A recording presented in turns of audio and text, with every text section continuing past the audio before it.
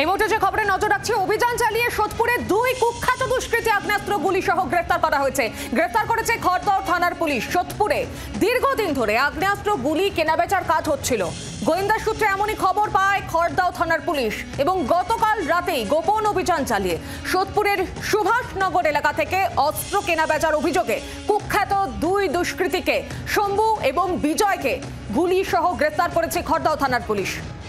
বিস্তারিত জানবো এই নিয়ে টেলিফোন লাইনে রয়েছেন প্রতিনিধি বরুণ সেনগুপ্ত। বরুণ, 2 জন কুখ্যাত দুষ্কৃতীকে গ্রেফতার করা হয়েছে, কি জানা যাচ্ছে পুলিশের তরফে? জানা যাচ্ছে তাদের নাম শম্ভু সর্দার এবং বিজয় সিং।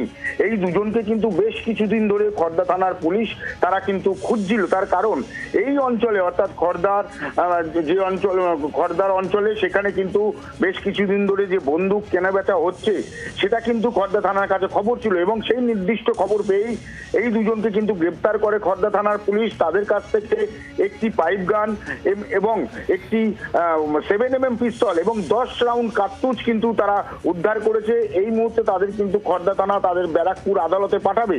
কিন্তু আরো এর সঙ্গে কেউ যুক্ত আছে কিনা বা এই বন্দুক পিস্তল তারা কাদের কাছে বিক্রি করতো, এই সমস্তটাও তাদের জিজ্ঞাসাবাদ করে খোঁজ খবর নেওয়ার চেষ্টা করছে খড়দা থানার পুলিশ।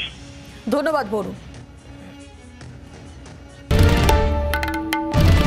বাংলার আওয়াজ, বাঙালির আবেগ, জি 24 ঘন্টা।